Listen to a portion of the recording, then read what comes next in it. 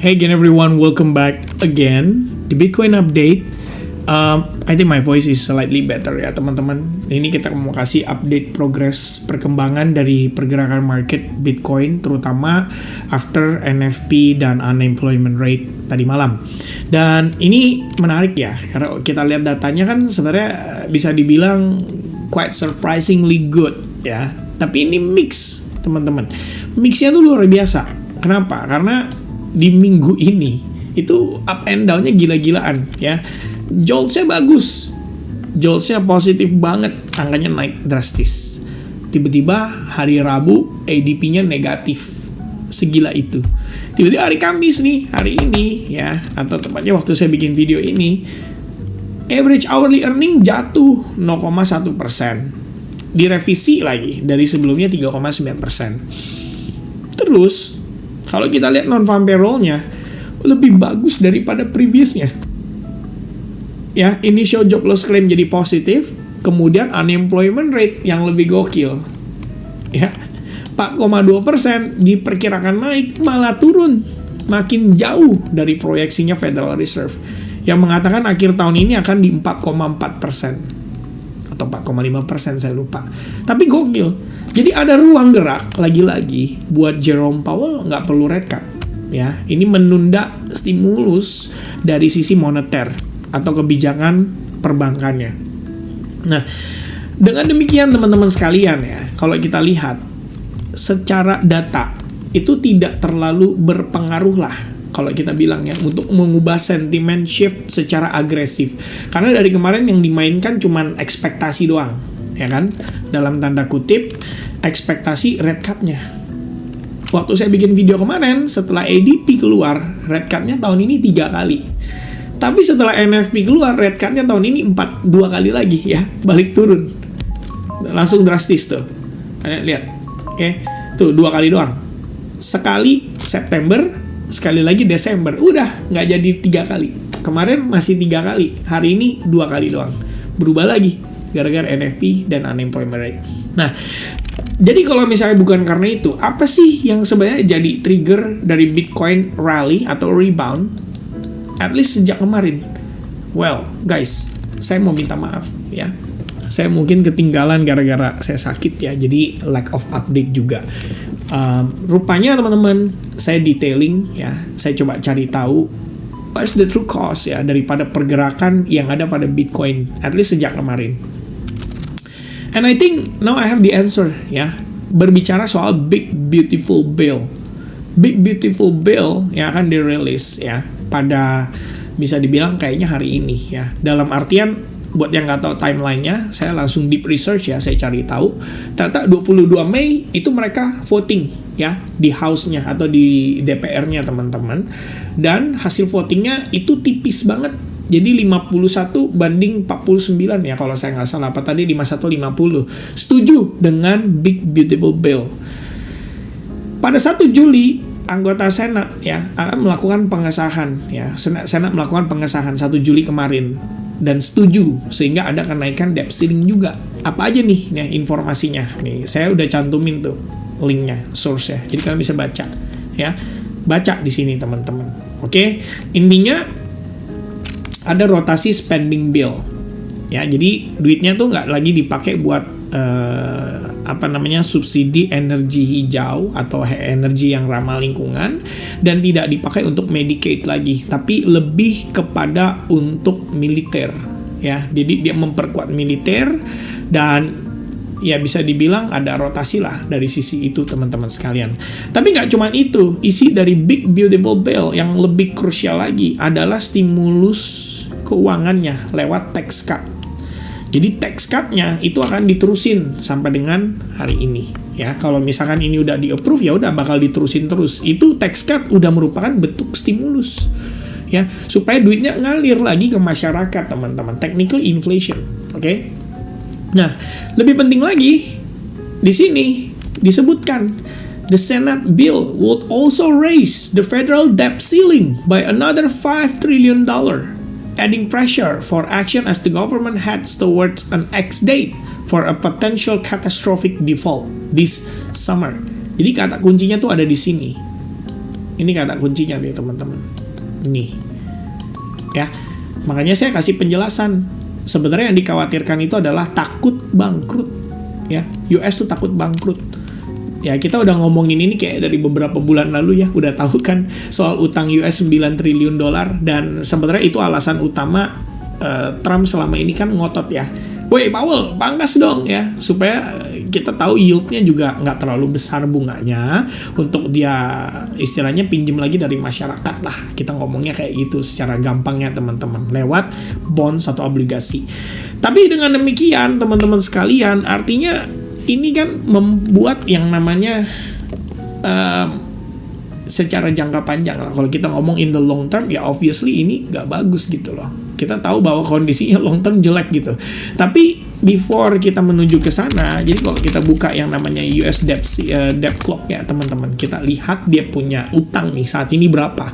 Maksimalnya itu kan terakhir itu di 37 triliun dolar. Dan itu pernah dipermainkan tuh ya waktu eranya Joe Biden sama maksudnya era Joe Biden masih, atau saya lupa ya apa udah pindah ke Trump ya. Tapi ini ya Republik sama Demokrat itu buat mereka saling mendominasi lah ya. Mana nih yang kira-kira diturutin gitu loh.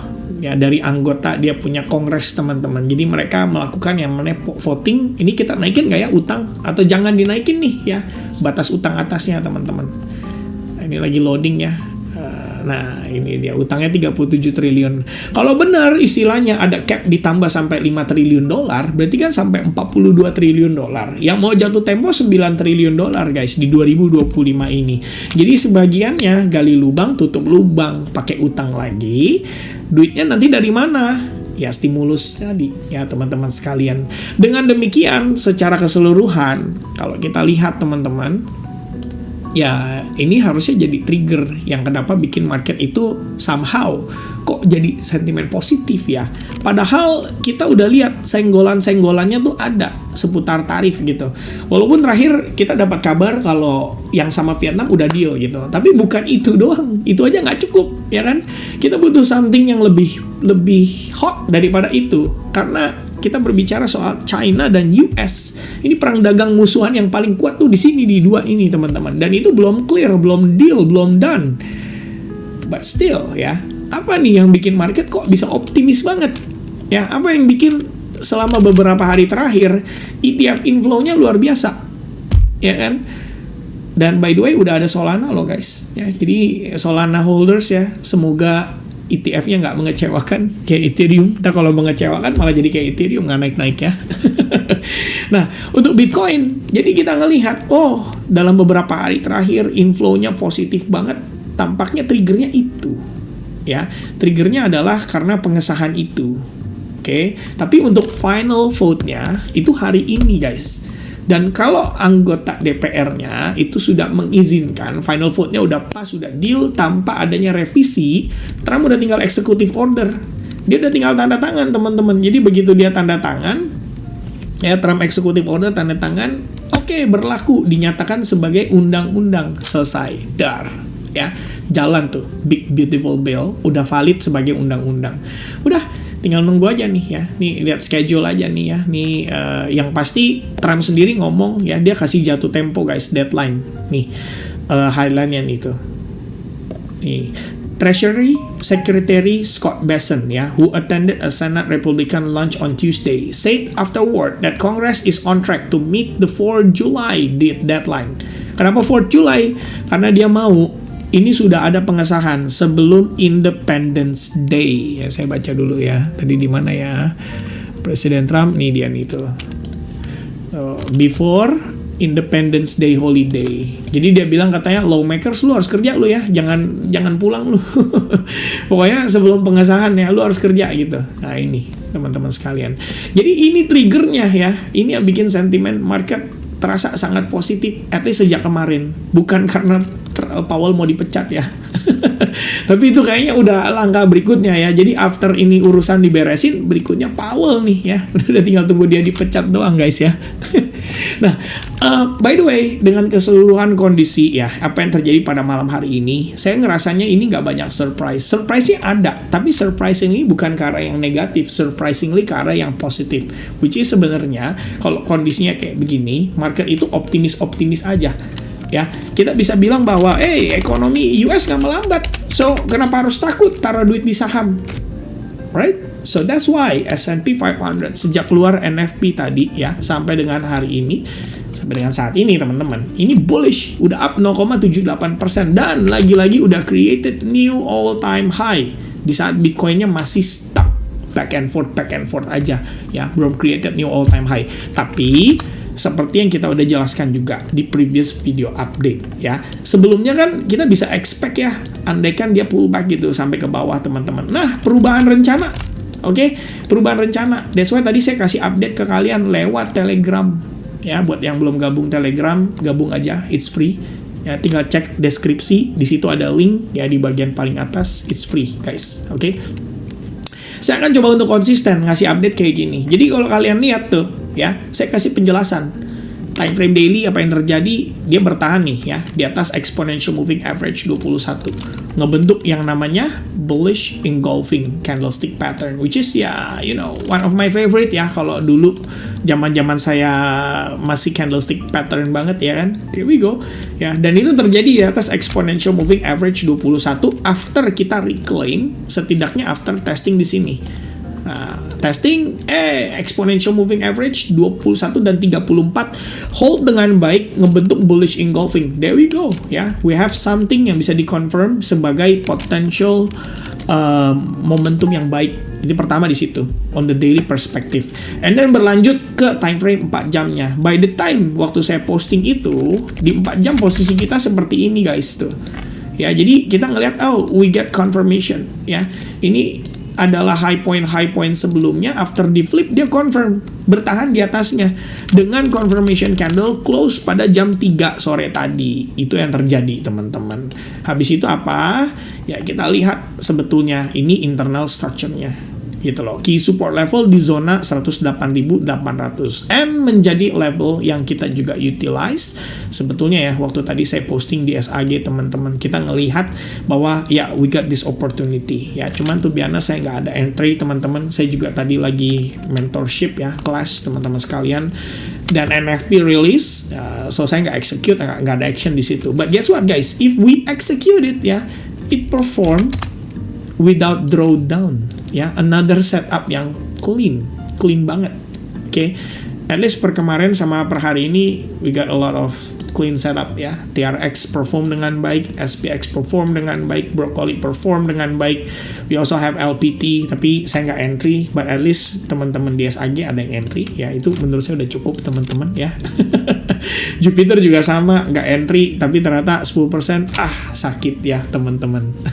Sakit juga ternyata. Tapi ya udah ya, it's part of the game. But today ya, we have this Bitcoin price action, dan ini confirming idea yang ini guys, yang tadi siang saya share ya, atau tadi sore saya share. Jadi benar-benar holding di 108.800, precisely that numbers ya, holding dengan baik. Apakah masih bisa terus kayak gini? Ya kita lihat sama-sama ya teman-teman. Ini kan New York udah open ya, posisi New York sudah open. S&P 500 udah lagi proceed untuk create all time high baru. Bitcoinnya belum kemana-mana teman-teman, duitnya belum nyampe ke Bitcoin ya, masih slow. So as per now guys, we already created yang namanya higher high, but we have one problem guys, we don't have that new higher point. Itu artinya walaupun kita dapat booster datang dari area zona ini, booster itu nggak kuat untuk bikin dia ngepump. Nah, yang saya khawatirkan adalah this is the end ya. Maybe this is the top ya, maybe this is double top or whatever ya, and then dia retrace dulu baru dia ngambil istilahnya money flow dari bawah atau demand dari bawah gitu. Baru kemudian dia bisa rebound lagi. Maybe ya. Kalau dia nggak bisa nih break ya. Ini kan baru kita ngelihat initial move-nya, boom react ya kan, and then dia pull back. Can we maintain the zone? Kalau dia bisa create higher high, bagus ya. Tahu nggak kenapa teman-teman? Kalau dia bisa create higher high dari sana, Anda harus tahu ini bukan resistance sembarangan guys ya, tapi ini adalah resistance dari previous movement-nya tuh. ya.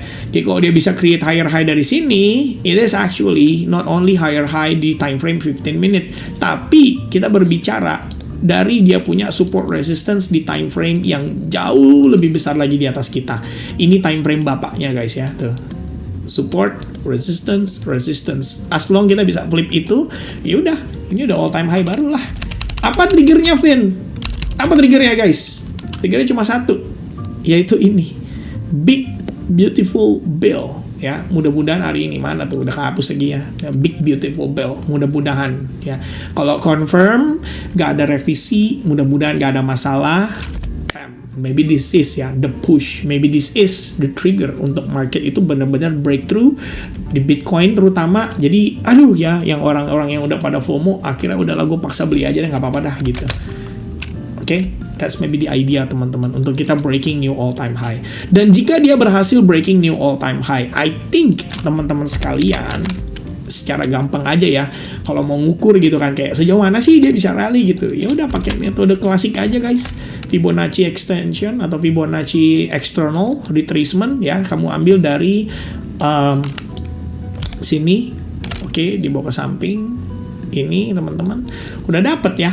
Biasa yang common aja, level 1272 1618 ya. Habis itu ntar kayak proyeksi kita segini sesuai prediksi ya, paling begitu-begitu dah ya. Tapi saya udah nggak begitu banget teman-teman. So my primary focus adalah ngelihat internalnya dulu ya, apa yang kita bisa utilize dari kondisi ini dan kira-kira kita memanfaatkannya kayak gimana ya. I think that's the whole idea untuk kita mengutilize informasi yang kita punya saat ini. Dan yang lebih penting lagi, kalau buat teman-teman holders dengan punya fundamental knowledge ya seputar big beautiful bill ini, dimana kita tahu akan ada stimulus, dimana kita tahu ada resiko Powell akan dipecat, dimana kita tahu Federal Reserve mungkin aja bisa dimanipulasi untuk bantu masa kepemimpinannya Donald Trump ya. Maybe that's the reason ya Q3 and Q4 kita masih bisa ngeliat market bullish. Okay, so that's gonna be the update untuk hari ini. It's a very quick update. Sorry kalau suara saya masih begini teman-teman, tapi doain aja ya, makanya kalau lancar sudah membaik pulih total ya kan, kita hari Minggu coba deh ya ketemuan teman-teman live session. Siapa yang kangen ya? Kalau kangen tulis kangen di kolom chat, kolom komen. Okay, so I think that's gonna be it for today. God bless everybody and happy Independence Day buat kalian yang di US. Kalau yang di Indonesia ya udah happy bullish aja ya. God bless. Cheers and bye bye guys.